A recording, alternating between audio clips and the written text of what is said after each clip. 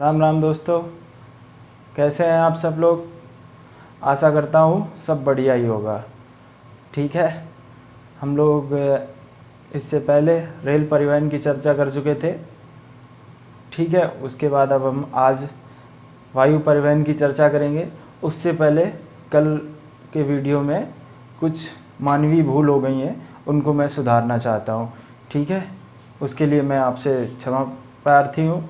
मैं क्षमा चाहता हूँ कि कुछ मेरे से मानवीय भूल हो गई हैं, उनको मैं यहाँ दोबारा सुधारना चाहता हूँ। ठीक है, जो मैंने विश्व में भारतीय रेलवे का स्थान बताया था, वो विश्व में भारतीय रेलवे का स्थान जो है वो चौथा है। ठीक है, कौन सा है? भारतीय रेलवे का स्थान चौथा है। ठीक है, पहला किसका है? फर्स्ट है यूएसए अमेरिका का, सेकंड किसका है? रूस का है, और थर्ड किसका है? इसमें चाइना का है।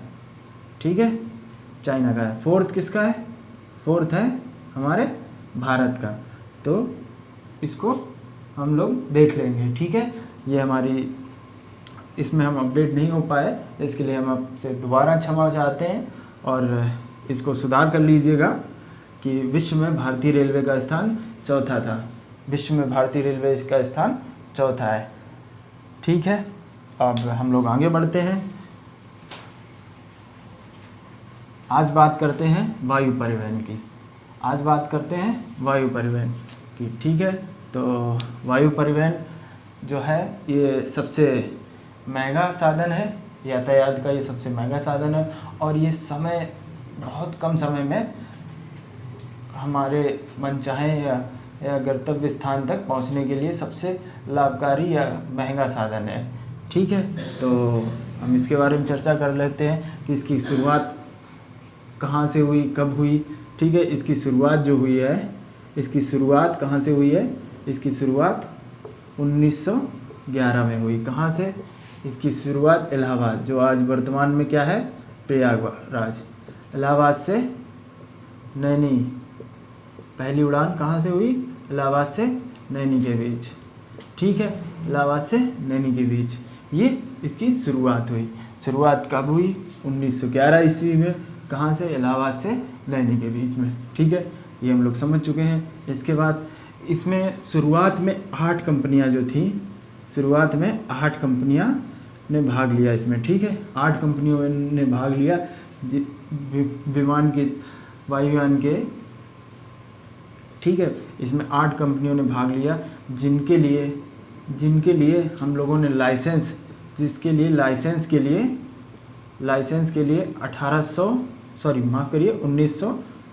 1933 में एक बना, क्या बना? इंडियन एयरवेज का गठन हुआ।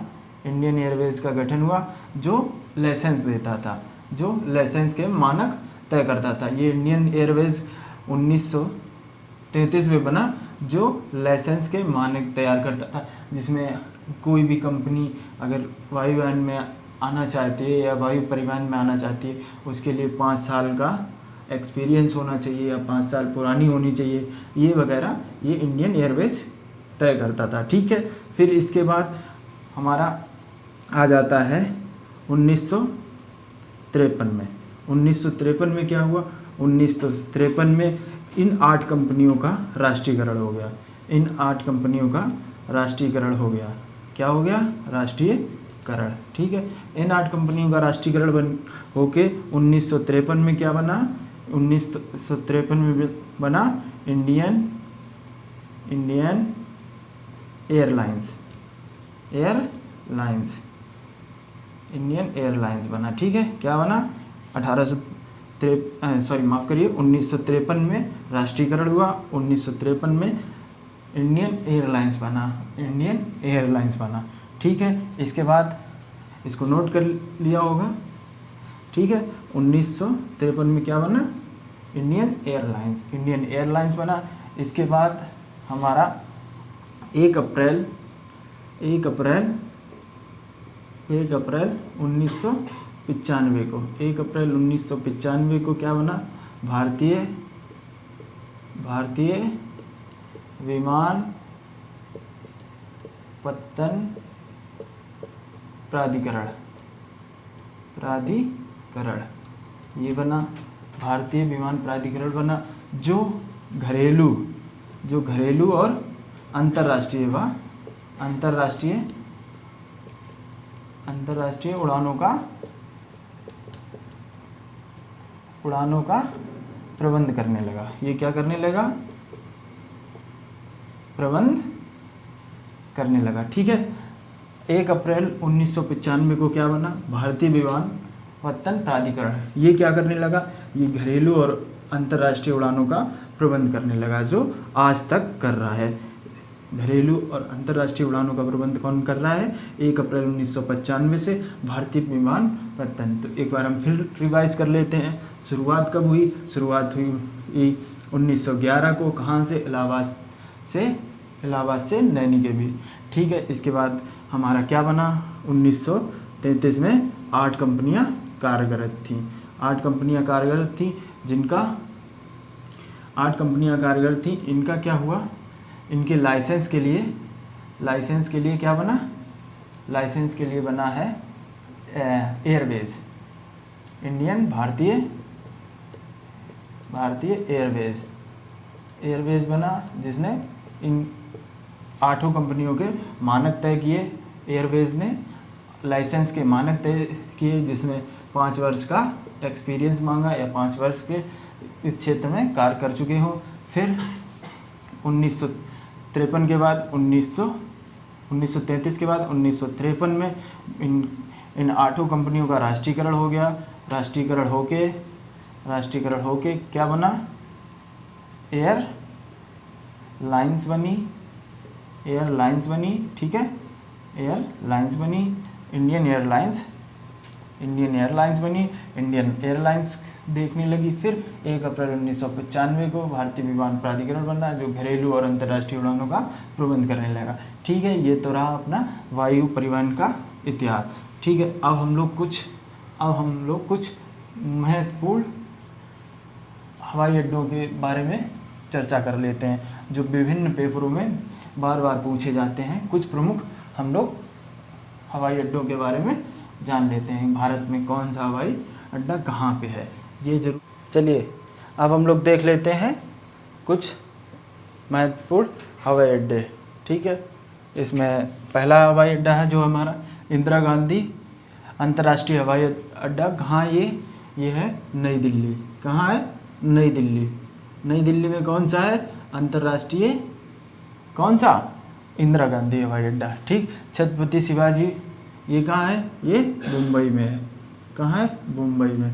ठीक है, नेताजी सुभाष चंद्र बोस, ये कहाँ है, कोलकाता।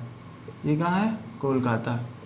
ठीक है, फिर अन्ना अंतर्राष्ट्रीय हवाई अड्डा, ये कहाँ है, ये चेन्नई है। ये कहाँ है, चेन्नई। ठीक है, फिर शेख अल आलम अंतर्राष्ट्रीय हवाई अड्डा, ये श्रीनगर। कहाँ है, श्रीनगर। ठीक है, फिर राजीव गांधी अंतर्राष्ट्रीय हवाई अड्डा, ये कहाँ है, हैदराबाद। निज़ामों की नगरी, हैदराबाद। वीर सावरकर अंतर्राष्ट्रीय हवाई, वीर सावरकर, ये कहाँ है, ये पोर्ट ब्लेयर, अंडमान निकोबार। ठीक है, अंडमान निकोबार। बाबा साहब अम्बेडकर, नागपुर महाराष्ट्र। ठीक है, अब सरदार वल्लभ भाई पटेल, ये कहाँ है, ये अहमदाबाद है, अहमदाबाद। ठीक है, फिर गोपीनाथ बारदोलाई अंतर्राष्ट्रीय हवाई अड्डा, ये असम। कहाँ, गुवाहाटी में। कहाँ है, गुवाहाटी में। ठीक है, हम लोग एक बार फिर देख लेते हैं। इंदिरा गांधी अंतर्राष्ट्रीय हवाई अड्डा, नई दिल्ली। ठीक है, छत्रपति शिवाजी महाराज, मुंबई। नेताजी सुभाष चंद्र अंतर्राष्ट्रीय, कोलकाता। अन्ना अंतर्राष्ट्रीय हवाई अड्डा, चेन्नई। शेख अल आलम अंतर्राष्ट्रीय हवाई अड्डा, श्रीनगर। राजीव गांधी अंतर्राष्ट्रीय हवाई अड्डा, हैदराबाद। वीर सावरकर अंतर्राष्ट्रीय हवाई अड्डा, पोर्ट ब्लेयर, अंडमान निकोबार। बाबा साहब अम्बेडकर अंतर्राष्ट्रीय हवाई अड्डा, नागपुर, महाराष्ट्र। सरदार वल्लभ भाई पटेल अंतर्राष्ट्रीय हवाई अड्डा अहमदाबाद। गोपीनाथ बारदुराई अंतर्राष्ट्रीय हवाई अड्डा असम गुवाहाटी। आपको याद हो गए होंगे, नहीं याद हो गए हैं फिर से आइए हम देखते हैं। अब हम लोग नाम लिखे रहने देंगे कौन कहाँ है, अब नाम से याद करेंगे, इसको हम हटा देते हैं। ठीक है, अब एक बार फिर रिवाइज करिए, दिमाग में अपने मन में रिवाइज करिए। ठीक है, एक बार रिवाइज करिए। ठीक है, अब हम लोग देखते हैं। पहला, नई दिल्ली में कौन सा है, इंदिरा गांधी। कौन सा है, इंदिरा गांधी। इंदिरा गांधी कौन सा है, इंदिरा गांधी। ठीक है, मुंबई में कौन सा है, मुंबई में छत्रपति शिवाजी। छत्रपति शिवाजी। आप हमारी राइटिंग पे मत जाइएगा, केवल देखिएगा, मैं जल्दी से जल्दी। कोलकाता में कौन सा था, कोलकाता में कौन सा था, सुभाष चंद्र अंतर्राष्ट्रीय हवाई अड्डा। चेन्नई में कौन था, अन्ना अंतर्राष्ट्रीय हवाई। श्रीनगर में कौन था, शेख अल आलम। ठीक है, शेख अल आलम कौन था, श्रीनगर। ठीक, हैदराबाद में कौन था, राजीव गांधी अंतर्राष्ट्रीय हवाई अड्डा। पोर्ट ब्लेयर में कौन सा था, पोर्ट ब्लेयर में कौन सा था, वीर सावरकर। वीर सावरकर। नागपुर में कौन सा था, नागपुर में कौन सा था, हमारा बाबा साहेब अंबेडकर अंतर्राष्ट्रीय हवाई अड्डा। अहमदाबाद में कौन सा था, सरदार वल्लभ भाई पटेल अंतर्राष्ट्रीय हवाई अड्डा। असम में कौन सा था, असम के आधुनिक संस्थापक कौन है, गोपीनाथ बारदोलाई। ठीक है, याद हो गए होंगे, नहीं याद हो गए होंगे फिर से देख लेते हैं। नई दिल्ली में कौन सा है, इंदिरा गांधी। मुंबई में कौन है, छत्रपति शिवाजी। कोलकाता में कौन है, सुभाष चंद्र बोस। चेन्नई में कौन सा है, अन्ना। श्रीनगर में कौन सा है, शेख अल आलम। हैदराबाद में राजीव गांधी। पोर्ट ब्लेयर में वीर सावरकर। नागपुर में बाबा साहब। अहमदाबाद में सरदार वल्लभ भाई पटेल। असम में गोपीनाथ बारदोलाई। ठीक है, अब इस आगे भी देख लेते हैं, बंद करो। चलिए अब हम लोग देख लेते हैं और भी कुछ प्रमुख हवाई अड्डे। ठीक है, देवी अहिल्याबाई होलकर हवाई अड्डा कहाँ है, ये इंदौर है। कहाँ है, इंदौर। अहिल्याबाई होलकर कहाँ है, इंदौर। श्री गुरु रामदास जी महाराज हवाई अड्डा कहाँ है, अमृतसर। ये कहाँ है, अमृतसर। ठीक है, कोम्बगोड़ा अंतर्राष्ट्रीय हवाई अड्डा कहाँ है, बेंगलुरु। कहाँ है, बेंगलुरु। लाल बहादुर शास्त्री हवाई अड्डा कहाँ है, वाराणसी। ठीक है, कहाँ है, वाराणसी। चौधरी चरण सिंह अंतर्राष्ट्रीय हवाई अड्डा कहाँ है, लखनऊ। कहाँ है, लखनऊ। ठीक है, कुशीनगर अंतर्राष्ट्रीय हवाई अड्डा कहाँ है, कुशीनगर। ठीक है, श्री राम अंतर्राष्ट्रीय हवाई अड्डा कहाँ है, अयोध्या में। ठीक है, अयोध्या में। जेवर अंतर्राष्ट्रीय हवाई अड्डा कहाँ है, नोएडा। कहाँ है, नोएडा में। ठीक है, बिरसा मुंडा अंतर्राष्ट्रीय हवाई अड्डा कहाँ है, रांची झारखंड।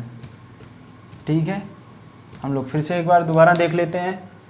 ठीक है, देवी अहिल्याबाई होलकर हवाई अड्डा कहाँ है, इंदौर। ठीक है, गुरु रामदास जी महाराज अंतर्राष्ट्रीय हवाई अड्डा कहाँ है, अमृतसर। बेंगलुरु में कौन सा है, कोम्पगोड़ा कहाँ है, बेंगलुरु में। ठीक है, फिर लाल बहादुर शास्त्री हवाई अड्डा कहाँ है, वाराणसी। ठीक है, फिर चौधरी चरण सिंह अंतर्राष्ट्रीय हवाई अड्डा, लखनऊ। फिर कुशीनगर अंतर्राष्ट्रीय हवाई अड्डा, कुशीनगर में। श्री राम अंतर्राष्ट्रीय हवाई अड्डा कहाँ है, अयोध्या। जेवर अंतर्राष्ट्रीय हवाई अड्डा कहाँ है, नोएडा। और बिरसा मुंडा अंतर्राष्ट्रीय हवाई अड्डा कहाँ है, रांची झारखंड। ठीक है, अब हम लोग फिर एक बार रिवाइज कर लेते हैं, याद हो गए होंगे, फिर भी एक बार हम लोग स्थान से हवाई अड्डों को याद कर लेते हैं। ठीक है, इसको हटा देते हैं फिर।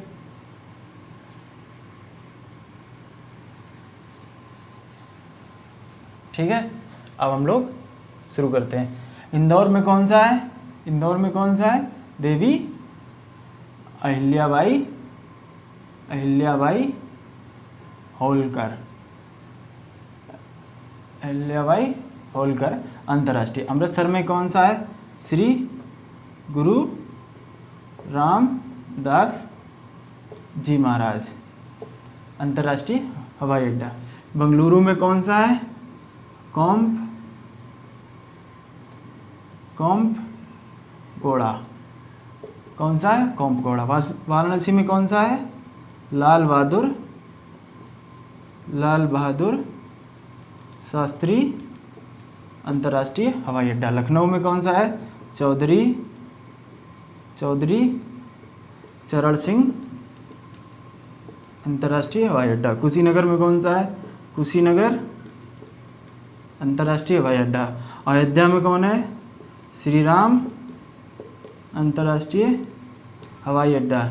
ये जो हवाई अड्डा है ये बन रहा है, अभी ये चालू नहीं है, ये बन रहा है, ठीक है। नोएडा में कौन सा है? जेवर अंतर्राष्ट्रीय हवाई अड्डा। रांची में कौन सा है? बिरसा मुंडा अंतर्राष्ट्रीय हवाई अड्डा। ठीक है, हम लोग याद कर लिए होंगे, याद हो गए होंगे। यूपी एक ऐसा मात्र राज्य है जहां 5 अंतर्राष्ट्रीय हवाई अड्डा हैं। कौन से हैं? 5 अंतर्राष्ट्रीय हवाई अड्डे हैं, ठीक है। ये 5 अंतर्राष्ट्रीय हवाई अड्डे हैं, ठीक है। इसमें लाल बहादुर शास्त्री, चौधरी चरण सिंह, कुशीनगर, श्री राम, जेवर, ठीक है। कहाँ तक? यहाँ तक, ये 5 हो गए, ठीक है। कौन कौन से? लाल बहादुर शास्त्री वाराणसी में, चौधरी चरण सिंह लखनऊ में, कुशीनगर में, अयोध्या, श्री राम, नोएडा, जेवर अंतर्राष्ट्रीय हवाई, ठीक है। ये हम लोगों को बहुत अच्छे से याद हो गए होंगे। अब हम लोगों का यातायात परिवहन पूरा टॉपिक यहाँ से समाप्त होता है। अब हम लोग अगले टॉपिक पे बात करेंगे, ठीक है। सिलेबस के अनुसार हम लोग अगले टॉपिक पे बात करेंगे, ठीक है। अगर आपको वीडियो अच्छा लगा हो तो लाइक करें, शेयर करें, कमेंट करें, अपने दोस्तों में शेयर करें, और नए आए हुए हो तो चैनल को सब्सक्राइब करें, ठीक है। Thank you so much.